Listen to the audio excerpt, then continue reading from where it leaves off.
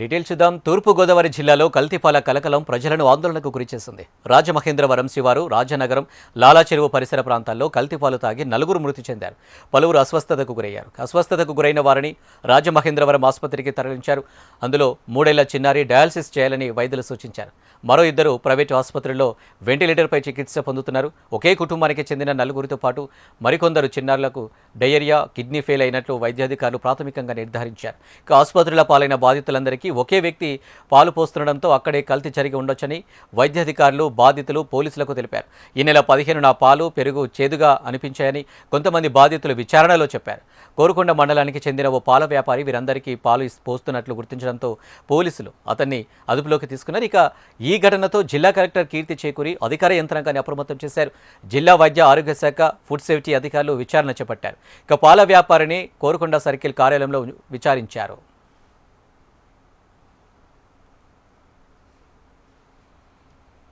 రాజమహేంద్రవరంలో కల్తీపాల ఘటనపై ముఖ్యమంత్రి చంద్రబాబు కీలక ప్రకటన చేశారు. ఇలాంటి ఘటన జరగడం చాలా బాధాకరమన్నారు. లాలా చెరువు ప్రాంతంలో 4 చనిపోయారని, 8 మంది చికిత్స పొందుతున్నారని తెలిపారు. వారిలో 2 పరిస్థితి విషమంగా ఉందని తెలిపారు. ఇక మృతుల కుటుంబాలకు ప్రభుత్వం తరపున 10 లక్షల చొప్పున ఆర్థిక సాయం అందిస్తామన్నారు. వరలక్ష్మి డైరీకి చెందిన కల్తీపాల వల్లే పలువురు అస్వస్థతకు గురయ్యారని ప్రాథమికంగా నిర్ధారణ అయ్యిందన్నారు. ఇక సెక్షన్ 194 కింద బాధ్యులపై కేసు నమోదు చేశారు. క్లినికల్ పరీక్షల్లో రక్తంలో యూరియా మరియు సీరం కెరియాటిన్ స్థాయిలు పెరిగినట్లు గమనించారు. ఇమ్మీడియట్గా ఆ నమూనాలని తీసుకుని ఎక్కడి నుంచి వస్తుంది, సోర్స్ ఏంటి, అన్ని విధాలు కూడా ఎంక్వైరీ చేస్తున్నారు. ఇది ఒకసారి చూస్తే దిశ కోరుకొండ మండలం నర్సాపురం గ్రామం వరలక్ష్మి మిల్క్ డైరీ ఒక 106 మందికి మిల్క్ సరఫరా చేయడం, ఆ మిల్క్ని, ఆ డైరీ నుంచి వచ్చే మిల్క్ దీనికి కారణమని ప్రాథమికంగా నిర్ధారించారు. దీనివల్ల దేశం ఇప్పటికే 4 చనిపోయారు, 8 మంది హాస్పిటల్లో ఉన్నారు, ఇంకా 2 వెంటిలేటర్ పైన ఉన్నారు. మొత్తం నమూనాలను కూడా తీసుకొని డిఫరెంట్ ల్యాబ్స్కి టెస్టింగ్ పంపించారు. ఎవరైతే దీనికి ప్రధాన కారణమైనటువంటి వ్యక్తి పోలీస్ డిపార్ట్మెంట్ కస్టడీలో కూడా తీసుకున్నారు. ఇన్వెస్టిగేషన్ ముమ్మరంగా జరుగుతూ ఉంది. అతన్ని పోలీసులు తీసుకుని మొత్తం కూడా ఇన్వెస్టిగేషన్ చేస్తున్నారు. ఏదేమైనా దిశ అన్ని విధాలు కూడా 360 డిగ్రీ ఇప్పుడే మంత్రి గారు చెప్పినట్టు ఎంక్వైరీ చేస్తున్నాం. నేను ఒకటే విజ్ఞప్తి చేస్తున్నా, ప్రతి ఒక్కరికి ఉదాసీనత ఏమాత్రం పనికిరాదు. ఒకవేళ కావాలని చేసుంటే, ఏదైనా కక్కుర్తిపడి కలుషితం చేస్తుంటే మాత్రం చాలా సీరియస్గా ఉంటాం. ఒకవేళ ఏం జరిగిందో మొత్తం ఎస్టాబ్లిష్ చేసి దోషులపైన కఠినమైన చర్య తీసుకుంటాం. మళ్ళా ఒకసారి విజ్ఞప్తి చేస్తున్న, రాష్ట్రంలో ఉండే ప్రతి ఒక్కరు కూడా కల్తీ చేయడం కానీ, అడల్ట్రేషన్ రావడం కానీ, ప్రజలకు ఇబ్బంది కలిగే విధంగా ఎవరు ప్రవర్తించినా ఈ ప్రభుత్వం ఉదాసీనంగా ఉండదు, చాలా కఠినంగా ఉంటాం. ఆ విషయం గుర్తుపెట్టుకోవాల్సిందిగా మరొక్కసారి హెచ్చరిస్తూ, ఎవరైతే చనిపోయారో ప్రాథమికంగా 4 చనిపోయారు. ఆ 4కి ఒక 10 లక్షల రూపాయల చొప్పున ఆర్థిక సహాయం చేస్తూ, అదే సమయంలో ఎవరైతే హాస్పిటల్లో ఉన్నారో వాళ్ళని పూర్తిగా రికవర్ అయ్యే వరకు వారికి ఎంత డబ్బులైనా ఖర్చు అయినా ఆ డబ్బులు కూడా ఖర్చు పెట్టి వారికి పూర్తిగా సహకరిస్తామని చెప్పి మరొకసారి తెలియజేసుకుంటూ,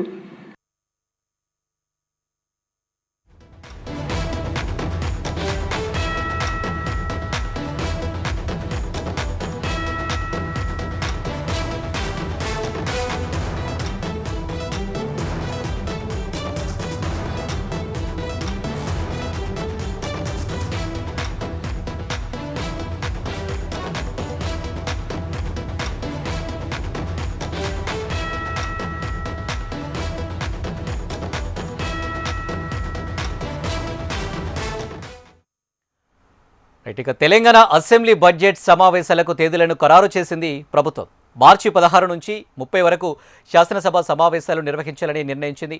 మార్చి 16న గవర్నర్ ప్రసంగంతో సభ ప్రారంభం కాగా మార్చి 20న బడ్జెట్ ప్రవేశపెట్టనుంది తెలంగాణ సర్కార్కి. ఇదే అంశానికి సంబంధించి మరిన్ని డీటెయిల్స్ మా రీజనల్ కోఆర్డినేటర్ అశోక్ అందిస్తారు. అశోక్. ప్రస్తుతం సచివాలయంలో తెలంగాణ కేబినెట్ సమావేశం కొనసాగుతుంది.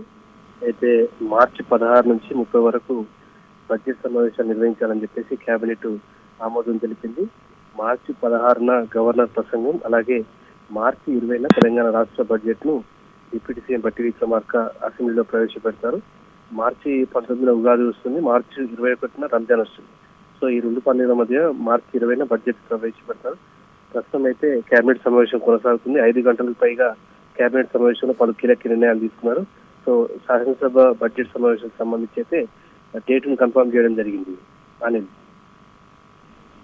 Right Ashok, thank you.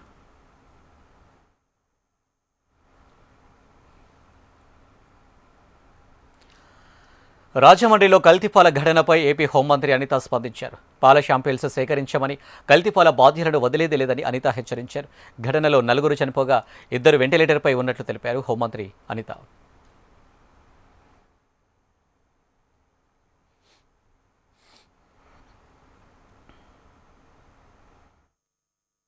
కడుపు నొప్పి, మూత్రం నిలిచిపోవడము, డయాలసిస్ సమస్యలతో పేషెంట్లు వచ్చినట్టు గుర్తించారు అధ్యక్ష.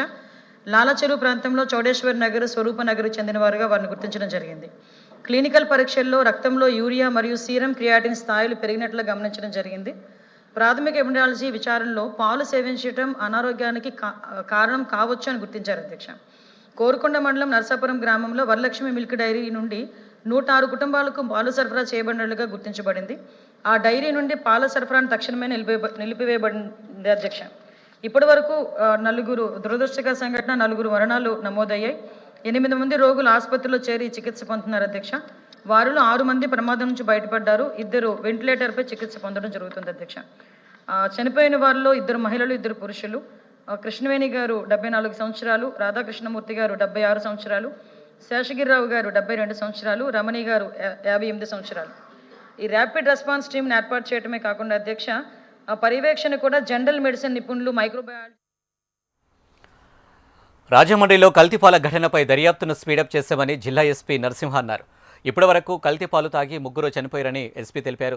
పాలకు సంబంధించిన మెటీరియల్ను సీజ్ చేశామని వెల్లడించారు. ఇక షాంపిల్స్ వివిధ ల్యాబ్లకు పంపించామని, రిపోర్ట్ రాగానే కార్మికులపై చర్యలు తీసుకుంటామని అన్నారు. This is unprecedented situation, emergency situation. దీంట్లో మనం టైం టు టైం రివ్యూ చేస్తున్నాం పోలీస్ సైడ్ నుంచి. నిన్న ఈవినింగ్ ఒక డెత్ రిపోర్ట్ అయింది, దానికి ఇంక్వెస్ట్ కంప్లీట్ చేశాము. అలాగే ఇప్పుడు పోస్ట్ మార్టం కూడా కంప్లీట్ అయిపోతున్నాము. అలాగే మరొక 3 డెత్స్ కూడా రిపోర్ట్ అయినాయి, వాటికి కూడా ఇంక్వెస్ట్. సిమిలర్ ఏ వెండర్ అయితే మిల్క్ సప్లై చేశాడో మేబీ మిల్క్ కంటామినేషన్ వల్ల ఇది జరిగిందన్నది ప్రైమా ఫేసి మనకి ఎస్టాబ్లిష్ అవుతుంది. సో దీనికి సంబంధించి ఆయన హౌస్ని కానీ లేకపోతే ఆయనకు ఉండే చిన్న అనాథరైజ్డ్ డైరీ మెయింటైన్ చేసే రూమ్ని కానీ మనం కంప్లీట్గా సీజ్ చేశాము. అక్కడ ఉన్న ఏదైతే మెటీరియల్ ఉందో మనకి ఈ ఫోరెన్సిక్ సంబంధించి పంపించాల్సిన మెటీరియల్ సీజ్ చేశాము. విజయవాడ నుంచి కూడా స్పెషల్ టీమ్స్ నిన్న ఈవినింగ్ వచ్చాయి. క్రూజ్ టీమ్తో పాటు వాళ్ళు అక్కడ డైరీ దగ్గర అన్ని ఐటమ్స్ కూడా కలెక్ట్ చేస్తున్నారు. So they will take them to the lab and దాంట్లో మిల్క్ కంటామినేషన్ వల్ల రాజమండ్రి పాల కల్తీ ఘటనపై ఏపీ వైద్యారోగ్య శాఖ మంత్రి సత్యకుమార్ యాదవ్ అసెంబ్లీలో కీలక ప్రకటన చేశారు. ప్రాథమిక పరీక్షలో యూరియా, సీసం క్రియేటిన్ స్థాయిలు పెరిగాయని చెప్పారు. వరలక్ష్మి మిల్క్ డైరీ నుంచి పాల సరఫరా నిలిపివేశామన్నారు. సహాయక చర్యల కోసం ర్యాపిడ్ రెస్పాన్స్ టీంని ఏర్పాటు చేశామన్నారు. పశువులకిచ్చే మేత నాణ్యతపై నమూనాలను పరీక్షలకు పంపామని చెప్పారు. ఇక ల్యాబ్ నిర్ధారణ తర్వాత చట్టపరమైన చర్యలు తీసుకుంటామన్నారు సత్యకుమార్ యాదవ్. ఈ ర్యాపిడ్ తక్షణమే ప్రభుత్వం స్పందించి ర్యాపిడ్ రెస్పాన్స్ టీమ్ను ఏర్పాటు చేయడం జరిగింది. పర్యవేక్షణ కోసం జనరల్ మెడిసిన్ నిపుణులు, మైక్రోబయాలజిస్టులు, శిశు వైద్య నిపుణులు, ఎపిడమియాలజిస్టులు దీంట్లో ఉన్నారు. అదేవిధంగా 14 ఫీల్డ్ సర్వీస్ టీమ్స్ నియామకాన్ని ఆ ప్రాంతాల్లో, ఈ లాలాచెరువు ప్రాంతంలో ఉంటున్న స్వరూప నగర్, ఈ చౌడేశ్వర్ నగర్ సంబంధించిన వాటిల్లో 600 ముందు జాగ్రత్తగా 679 ఇళ్లలో సందర్శన చేయడం కానీ హౌస్ హౌస్ సర్వే చేయడం, తర్వాత 957 కుటుంబాల స్క్రీనింగ్ కూడా చేయడం జరిగింది అధ్యక్ష. పాల సరఫరా పొందిన 106 కుటుంబాల నుండి కూడా రక్త నమూనాల సేకరణ కొనసాగుతోంది. ఆ లక్షణాలు ఉన్న వ్యక్తులను గుర్తించడం, చికిత్సకు రెఫరల్ చేయడము, వైద్య పర్యవేక్షణ, ప్రజలకు సూచనలు కూడా జారీ చేయడం జరుగుతోంది. ప్రభావిత ప్రాంతాల్లో అత్యవసర వైద్య శిబిరాలను ఏర్పాటు చేయడం జరిగింది. రాజమహేంద్రవరం మున్సిపల్ కార్పొరేషన్ మున్సిపల్ కమిషనర్ను వైద్య శిబిరాల నోడల్ అధికారి కూడా నియమించడం జరిగింది అధ్యక్ష. 4 వెటర్నరీ వైద్యులతో కూడిన బృందం కూడా దర్యాప్తు చేస్తుంది. పశువులకు ఇచ్చే మేత, నీరు, ఎండు మరియు పచ్చి మేత నమూనాలను కూడా సేకరించి వాటికి కూడా VBRI ల్యాబ్కు పంపడం జరిగింది అధ్యక్ష. అయితే ఈ విషయం తెలిసిన రాజమండ్రిలో కల్తీ పాలు తాగిన వారి బ్లడ్ శాంపిల్స్ సేకరించమని అన్నారు జిల్లా కలెక్టర్ కీర్తి. పాల నమూనాలతో పాటు పశువుల శాంపిల్స్ సేకరించమని, వాటిని విశాఖ ల్యాబ్స్కు పంపించమన్నారు. మనకి తూర్పుగోదావరి జిల్లాలో నిన్నటి నుంచి మన దృష్టికి అక్యూట్ రీనల్ ఫెయిల్యూర్తో పేషెంట్స్ మన రాజమండ్రిలో వివిధ హాస్పిటల్స్లో జాయిన్ అయినట్టు మనకి నిన్న మధ్యాహ్నం జిల్లా యంత్రాంగానికి మన దృష్టిలోకి వచ్చినప్పటి నుంచి కూడా ఇమీడియట్గా మనం ర్యాపిడ్ రెస్పాన్స్ టీమ్ వేసి మొత్తం Chowdeshwar Nagar, Swaroop Nagar and other areas ఎక్కడైతే ఉన్నాయో సర్వే చేయడం జరిగింది.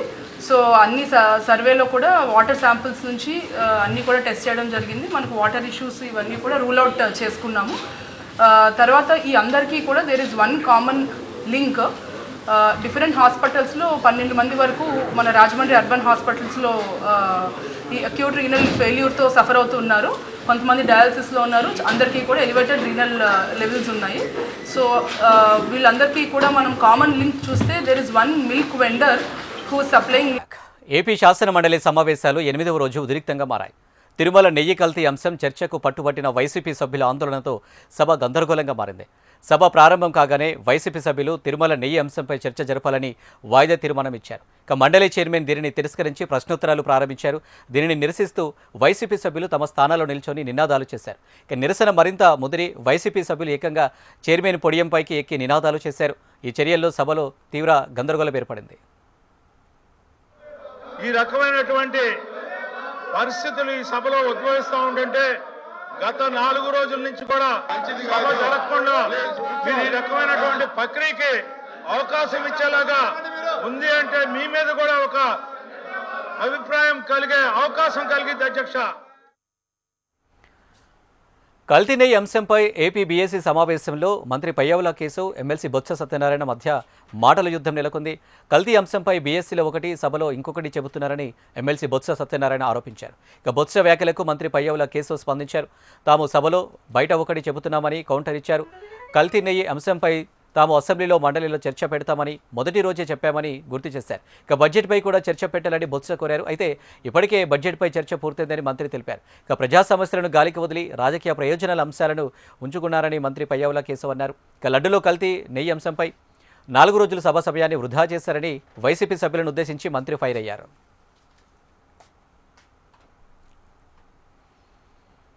ఇక కల్తీ నెయ్యి అంశంపై ఈ నెల 26న శాసన మండలిలో చర్చించాలని నిర్ణయించినట్టు వైసీపీ ఎమ్మెల్సీ బొత్స సత్యనారాయణ తెలిపారు. దీనితో పాటు విశాఖలో భూములను చంద్రబాబు దోపిడీపై చర్చించాలని కోరినట్టు బొత్స వెల్లడించారు. ఏదైతే తిరుపతి లడ్డు అనే అంశం మీద, ఆ దేవదేవుని నైవేద్యం మీద లేని పేరు అపాదేశంతో ప్రభుత్వం ఏ రకంగా ఆ పేరు పెట్టుకుని ఇంద్రాపూర్ అనే డైరీ హెరిటేజ్ అనే సంస్థ వెనకాల నుండి ఏ రకంగా దోచుకుంటున్నారో రాష్ట్రంలో అవన్నిటి మీద చర్చ జరగాలని కోరాం. ఆ చర్చ 26వ తారీఖు నాడు బీఎస్సీలో మేము 3 అంశాలను ప్రధానంగా మేము ప్రస్తావించాం. దాన్ని కావాలని కోరాం. 1, రాష్ట్రంలో శాంతి భద్రతలు పూర్తిగా క్షీణించాయి. శాంతి భద్రతలు లేవు. ఎక్కడ చూసుకున్నా సరే పూర్తి పరిపాలన గాలి కుదిశారు. కక్షలు కార్యమేలతో అరెస్టులు చేస్తూ పోలీసు యంత్రాంగం చేతిలో తీసుకుని కార్యక్రమాలు చేస్తున్నాము. దీని మీద చర్చ జరగాలని డిమాండ్ చేస్తాం. ఏ రకంగా రైతు ఇబ్బంది పడుతున్నాడో వాటి మీద చర్చ కావాలని కోరాం. ఈ ప్రభుత్వం కావాలి. మాజీ మంత్రి అంబటి రాంబాబు కూటమిపై విమర్శల దాడి చేశారు. తన నివాసంపై జరిగిన దాడి వెనుక సీఎం చంద్రబాబు, లోకేష్లు ఉన్నారన్నారు. తమ ఇంట్లోని మహిళలు ప్రాణభయంతో వెనుక గేటు నుంచి బయటకు వెళ్లాల్సిన దుస్థితి కల్పించారని ఆవేదన వ్యక్తం చేశారు. తన ఆఫీసును, ఇంటిని తగలబెట్టాలనే లక్ష్యంతోనే ఈ అల్లర్లు ప్రోత్సహించారన్నారు. ఇది ముందస్తు ప్రణాళికతో జరిగిన కుట్ర కాదా అని నిలదీశారు. మా ఇంట్లో నుంచి నా భార్య, నా కూతురు నా మనవళ్ళు మనవరాళ్ళు ఎక్కడికో వెళ్ళి తలదాసుకోవాల్సి వచ్చింది భయం పుట్టి. అంటే ఇల్లు తగలేస్తారు, బర్న్ చేసేస్తారు, సజీవ దహనం చేసేస్తారు అనేటువంటి రూమర్స్ వచ్చాయి. నేను ఒకటి సూటిగా గౌరవనీయులైనటువంటి ఈ రాష్ట్ర ముఖ్యమంత్రి గారిని అడుగుతా ఉన్నా, ఆయనే బాధ్యుడని కూడా చెప్తా ఉన్నా, ఇప్పుడైనా పోలీసులు ఇంత నిర్వీర్యంగా ఉన్నారా? 4:30 గంటలకు నేను ప్రెస్ మీట్ పెట్టా, చేసింది పొరపాటు, ఆవేశంలో స్పర్ ఆఫ్ ది మూమెంట్లో నేను మాట్లాడాను, అది తప్పు అని చెప్పా. ఖచ్చితంగా 5ంటికి దాడి ప్రారంభించారు. ఎప్పుడు ముగిసిందండి? 12 తర్వాత ముగిసింది. ఇంతసేపు పోలీసులు ఎందుకు నిర్వీర్యంగా ఉన్నారు నేను ఆరోపిస్తున్నా. వాళ్ళు నిర్వీర్యంగా ఉండటానికి కారణం మీ ఆదేశాలు. కల్తీ నెయ్యి కేసులో ఏకసభ్య కమిషన్ను సవాల్ చేస్తూ మాజీ ఎంపీ సుబ్రహ్మణ్య స్వామి వేసిన పిటిషన్ను సుప్రీంకోర్టు కొట్టివేసింది. సిట్ నివేదిక మేరకు ఏపీ ప్రభుత్వం ఏకసభ్య కమిషన్ను నియమించింది. దీనిని సవాల్ చేస్తూ సుబ్రహ్మణ్య స్వామి రిట్ పిటిషన్ దాఖలు చేశారు. దీనిపై విచారణ చేపట్టిన ధర్మాసనం పిటిషన్ను కొట్టివేస్తూ తీర్పునిచ్చింది. రాష్ట్ర ప్రభుత్వం ఏర్పాటు చేసిన స్పెషల్ కమిటీ ఓవర్ ల్యాపింగ్ కిందికి రాదని క్లారిటీ ఇచ్చింది.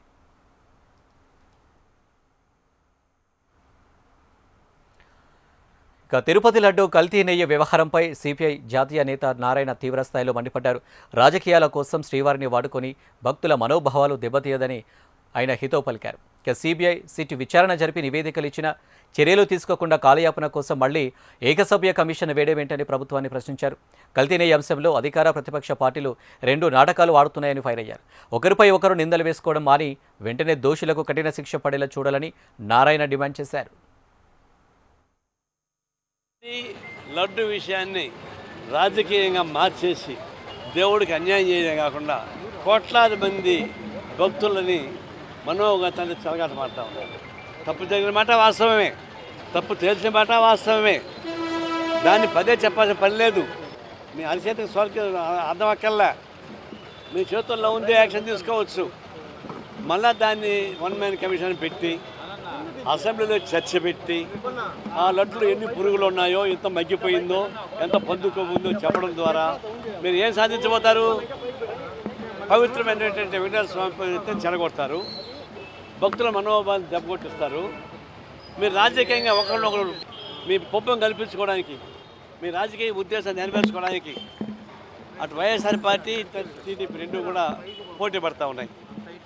మీ పోటీ దేవుడి పని పెడతట, దేవుడిని అడ్డం పెట్టుకోండి. మీరు పోటీ చేసేది బయట పోటీ చేసుకోండి, కుస్తీ పట్టుకోండి, మనోద్ధం చేయండి. నేను కానీ రెఫరీగా ఉంటాను మీ ఇద్దరి మధ్య. సుదీర్ఘంగా సాగిన తెలంగాణ కేబినెట్ సమావేశంలో మంత్రివర్గం కీలక నిర్ణయాలు తీసుకుంది. హైదరాబాద్ మెట్రోను స్వాధీనం చేసుకోవాలని నిర్ణయించింది. ఎల్ఎన్టీ నుంచి పూర్తిగా స్వాధీనం చేసుకోవాలని నిర్ణయించినట్టు తెలుస్తుంది. ఇక తెలంగాణ వైద్య విధాన పరిషత్ పేరును మార్చాలని అధికారులకు ఆదేశించారు. ఇక ఖమ్మం అర్బన్లో టీటీడీకి 20 ఎకరాల భూమి కేటాయింపు, ప్రతి జిల్లాలో కాంగ్రెస్ పార్టీ ఆఫీసుకు భూ కేటాయించాలని నిర్ణయించారు. ఇక దీంతోపాటు మహబూబాద్లో జేఎన్టీయూకు 70 ఎకరాలు కేటాయించాలని కేబినెట్ నిర్ణయించింది.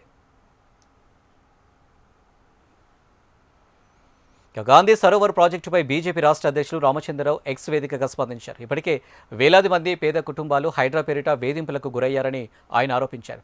అభివృద్ధి పేరుతో బలవంతపు కూల్చివేతలు అన్యాయమన్నారు. ప్రభుత్వం స్పందించి నిర్వాసితులకు పునరావాసం కల్పించాలని డిమాండ్ చేశారు. బాధిత కుటుంబాల పక్షాన బీజేపీ పోరాటం కొనసాగిస్తుందని రామచంద్రరావు అన్నారు. అల్పపీడన ప్రభావంతో తెలంగాణలో ఒక్కసారిగా వాతావరణం మారిపోయింది. వేసవి ఇంకా పూర్తి స్థాయిలో ప్రారంభం కాకముందే పలు ప్రాంతాల్లో వర్షాలు కురుస్తున్నాయి. తాండూరులో ఈదురుగాలతో కూడిన వర్షం కురియగా హైదరాబాద్ నగరంలోని ఎల్బీ నగర్, వనస్థలిపురం, బిఎన్ రెడ్డి, చైతన్యపురి, కొత్తపేట, నాగోల్, ఉప్పల్, రామంతపూర్, బోడుపల్, మేడిపల్లి, మల్లాపూర్ పరిసరాల్లో తేలికపాటి జల్లులు కురిశాయి. ఇక రాబోయే 2 రోజుల్లోనూ వర్షాలు కురిసే అవకాశం ఉందని వాతావరణ శాఖ హెచ్చరించింది. ఇక రాష్ట్రంలోని 10 జిల్లాలకు ఎల్లో అలర్ట్ జారీ చేసింది.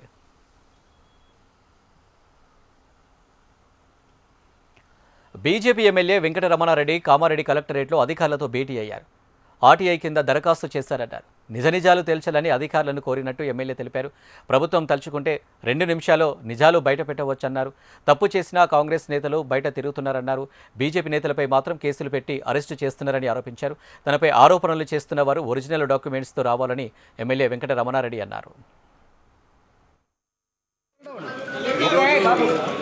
గౌరవ జిల్లా కలెక్టర్ గారు ఆశీష్ సంఘాన్ గారిని అలాగే అడిషనల్ రెవెన్యూ కలెక్టర్ విక్టర్ గారిని కలవడం జరిగింది. వారికి అప్లికేషన్ ఇవ్వడం జరిగింది. అలాగే MRO Kamareddy, RDO Kamareddy, additional collector revenue Kamareddy గారికి రైట్ ఇన్ఫర్మేషన్ యాక్ట్లో కూడా లెటర్లు ఇవ్వడం జరిగింది. నిజానిజాలు నిగ్గు తేల్చాలని చెప్పాము. నా దగ్గర డాక్యుమెంట్స్ ఎవ్రీ ఫైల్ ఉంది, కానీ నేను ఇస్తే అథెంటిక్ కాదు కాబట్టి కలెక్టర్ గారు, ఎంఆర్ఓ గారు, ఆర్డీఓ గారు సమాచార హక్కు చట్టం కింద డాక్యుమెంటేషన్ క్లియర్ చేసి ఇస్తే అది నిజమనేది తేలుతుంది. కాబట్టి ఈ ఇష్యూకి మేమే తప్పు చేయలేదు, మా నాన్నగారు ఏ తప్పు చేయలేదు అనేది ప్రజలందరికీ తెలవాలని చెప్పేసి రైట్ ఇన్ఫర్మేషన్ యాక్ట్లో ఇవ్వడం జరిగింది. అలాగే కలెక్టర్ గారికి పర్సనల్గా ఇవ్వడం జరిగింది. కలెక్టర్ గారితో చెప్పాం, ఏది నిజం, ఏదైతే నిజమో అదే చెప్పండి, నేనేం దాన్ని కామారెడ్డిలో Congress senior leader Shabbir Ali BJP MLA వెంకటరమణారెడ్డిపై తప్పుడు ఆరోపణలు చేస్తున్నారని ఎంపీ డీకే అరుణ్ ఆరోపించారు. ఆరోపణలు చేయడం గొప్ప విషయం కాదని, చేసిన ఆరోపణలు నిరూపించాలని సవాల్ చేశారు. లేదా ముక్కు నేలకు రాసి క్షమాపణలు చెప్పాలని డిమాండ్ చేశారు. వెంకటరమణారెడ్డికి బీజేపీ అండగా ఉంటుందని తెలిపారు. కాంగ్రెస్ పార్టీ నాయకుడు షబ్బీర్ అలీ గారు ఇవాళ శాసనసభ్యుని పైన ఇంటిపైన దాడికి పురమాయించి వారి ఇంటి మీదకే వారి కార్యకర్తలను పంపించి వారి ఇంటిపైన దాడి చేయించి ఈరోజు లేనిపోని ఆరోపణలు చేస్తూ, అబద్ధపు ఆరోపణలు చేస్తూ, తప్పుడు ఆరోపణలు చేస్తూ ఏదైతే ఒక మరక నేను వేయగలను అని కుతంత్రం మన్నుతున్నాడు. మరి ఏదైతే మా శాసనసభ్యుడు ఛాలెంజ్ చేసిండు, మీరు చెప్తున్నటువంటి వాస్తవాలు నిజమే కనుక ఉంటే రండి, కలెక్టరేట్కి రండి అని వాళ్ళ కలెక్టరేట్కి కూడా పోయి వచ్చిండు. ఇమ్మీడియట్గా నిజంగా మీరు చెప్పిన మాటలో మీరు ఇంకా అదే మాట మీద నిలబడ్డట్టయితే రండి. ఎమ్మెల్యే గారు ఛాలెంజ్ చేసిండ్రు, మీరు రండి. ఏడికి వస్తారు? మీ ముఖ్యమంత్రి ఆఫీస్కి వస్తారా, లేదా కలెక్టర్ ఆఫీస్కి వస్తారా, లేకుంటే కామారెడ్డి చౌరస్తాకు వస్తారా? ఎక్కడికి వస్తారో రండి. మీకు దమ్ము ధైర్యం అంటే వచ్చి ప్రూవ్ చేయండి. అబద్ధాలు మాట్లాడి అవినీతి ఆరోపణలు చేసి చేతులు కడిగేసుకుంటామంటే ఇలా చూసుకుంటూ చేతులు కట్టుకుంటానికి కూడా సిద్ధంగా లేడు. అన్ని కాంగ్రెస్ ప్రభుత్వం రైతులకు ఇచ్చిన రుణమాఫీ హామీ ఏమైందని జాగృతి అధ్యక్షురాలు కవిత ప్రశ్నించారు. జోగులాంబ గద్వాల జిల్లాలో రైతు సంఘర్షణ సభలో పాల్గొన్నారు. వారం రోజుల్లో పత్తి రైతుల బకాయిలు చెల్లించకుంటే తెలంగాణ రాష్ట్రంలో ఉన్న జాగృతి సభ్యులంతా ధర్నాకు కూర్చుంటామని హెచ్చరించారు. రైతు సమస్యలపై జిల్లా కలెక్టర్ కార్యాలయం వరకు ర్యాలీగా జిల్లా కలెక్టర్కి అవినీతి పత్రం సమర్పించారు. మనని దాటుకొని 10 ఏళ్ళు తప్పితే మన నడిగడ్డకు మాత్రం నీళ్ళు వస్తలేవు. తుంగభద్ర తన్నుకుంటే వెళ్ళిపోతుంది మన దగ్గరికి తప్పితే మన ప్రాంతానికి నీళ్ళు వస్తలేవు. అటు తుంగిల నుండి సగం కెపాసిటీ వరకు వెళ్తుంది. ఇటు నెట్టెంపాడైతే నా చిన్నప్పటి నుంచి నడుస్తూనే ఉంది నత్త నడకన. నత్తలు కూడా సిగ్గుపడుతున్నాయట, మమ్మల్ని ఇట్లా నెట్టెంపాడు కంపేర్ చేయకండి, దరిద్రం ముందు మమ్మల్ని అవమానం చేయకండి. నెట్టెంపాడు ఆ పరిస్థితి. కానీ నీళ్ళు ఎప్పుడు రావాలి నడిగడ్డకు, మరి మన కష్టాలు ఎప్పుడు తీరాలి? రైతులు ఎక్కడ గుండె మీద చేసుకొని ఎప్పుడు పడుకోవాలి? ఈ విషయాన్ని దయచేసి ఆలోచించాలి. అందుకే నేను కోరేది మిమ్మల్ని, అది బీఆర్ఎస్ కంప్లీట్ గా నడిగడ్డను మోసం చేసింది, ఫెయిల్ అయిపోయింది బీఆర్ఎస్ పార్టీ నడిగడ్డను. కాంగ్రెస్ పార్టీ 2.5 ఏళ్ళు వచ్చి ఏదో చేస్తామని చెప్పొచ్చిరు, కంప్లీట్ గా వాళ్ళు విఫలమై. మరి వాళ్ళు జరగాల్సింది ఏమున్నది? నాగర్ కర్నూలులో నిన్న జరిగినటువంటి ఘటనలో మరి మాట్లాడాల్సినటువంటి అవసరం ఉన్నది. నీళ్లు చిన్న కాంట్రాక్టర్లపై కాంగ్రెస్ ప్రభుత్వం కక్ష సాధిస్తుందని మాజీ మంత్రి హరీష్ రావు ఆరోపించారు. బిల్లులు చెల్లించకుండా మన ఊరు మన బడి కాంట్రాక్టర్ల ఉసురు తీస్తున్నారని మండిపడ్డారు. కమిషన్ల కోసమే బడా కాంట్రాక్టర్లకు బిల్లులు చెల్లిస్తూ 2.5 ఏళ్లుగా 1500 మంది చిన్న సివిల్ కాంట్రాక్టర్లకు మొండి చేయి చూపిస్తూ బిల్లు చెల్లించకుండా అడిగితే అక్రమ కేసులు పెడుతున్నారని ఆగ్రహం వ్యక్తం చేస్తున్నారు. వెంటనే పెండింగ్ బకాయిలు చెల్లించాలని మాజీ మంత్రి హరీష్ రావు డిమాండ్ చేశారు. పెండింగ్ బిల్లులు రాక అప్పుల పాలై తీవ్ర ఇబ్బందులు పడుతున్న మన ఊరు మనబడి సివిల్ కాంట్రాక్టర్లు హరీష్ రావును కలిసి తమ ఆవేదన వ్యక్తం చేశారు. 2.5 ఏళ్లుగా కాంగ్రెస్ ప్రభుత్వం తమకు బిల్లులు చెల్లించడం లేదని, న్యాయంగా అడిగితే అక్రమ కేసులు పెట్టి వేధిస్తుందని వారు వాపోయారు. రేవంత్ రెడ్డి ప్రభుత్వ కక్షపూరిత వైఖరిపై హరీష్ రావు ఎక్స్ వేదికగా స్పందించారు.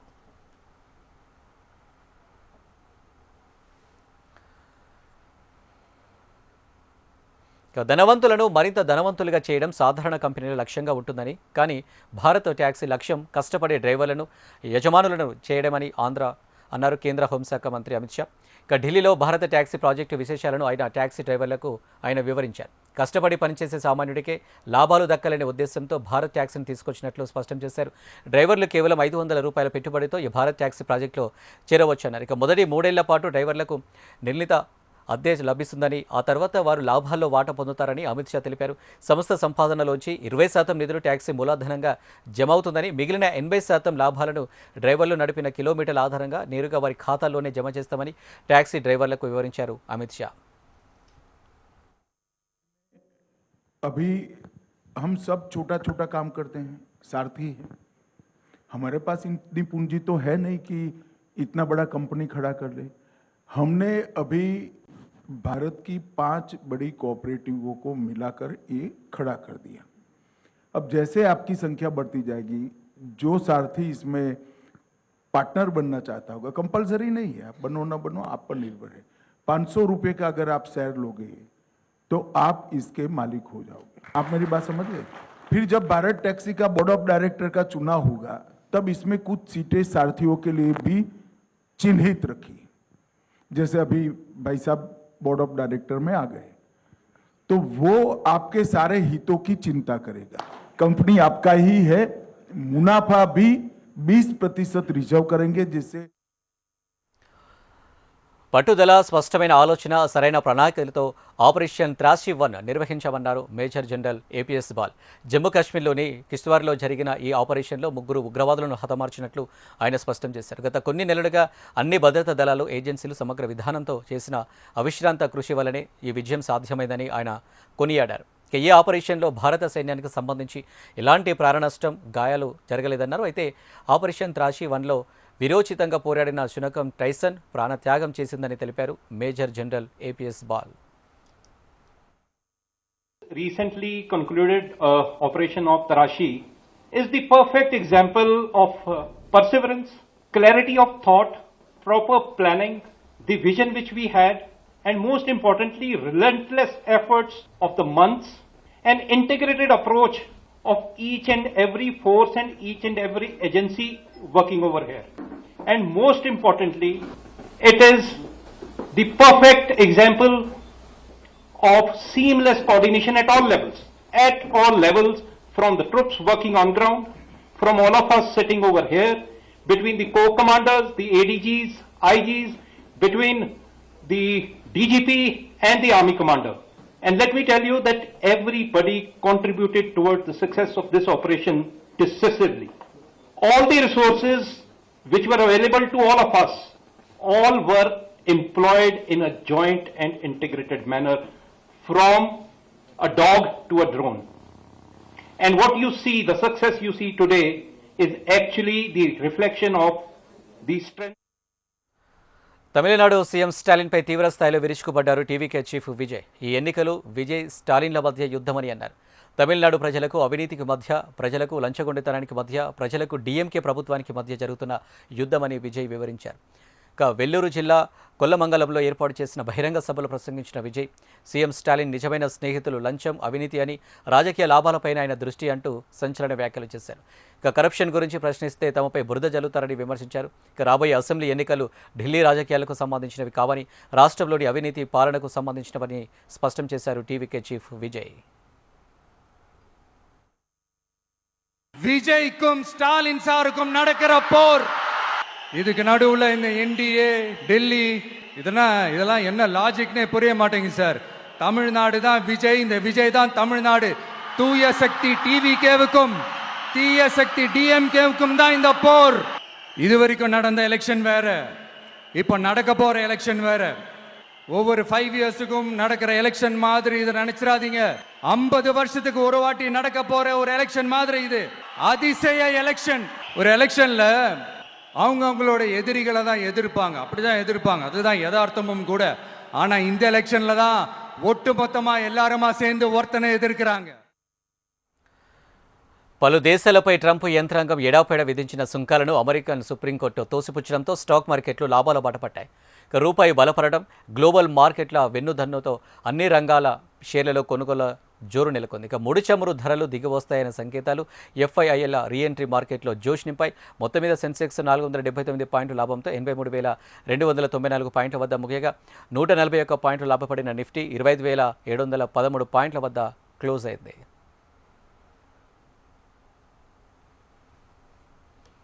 ఇవి అప్డేట్స్. మరిన్ని అప్డేట్స్ కోసం చూసిన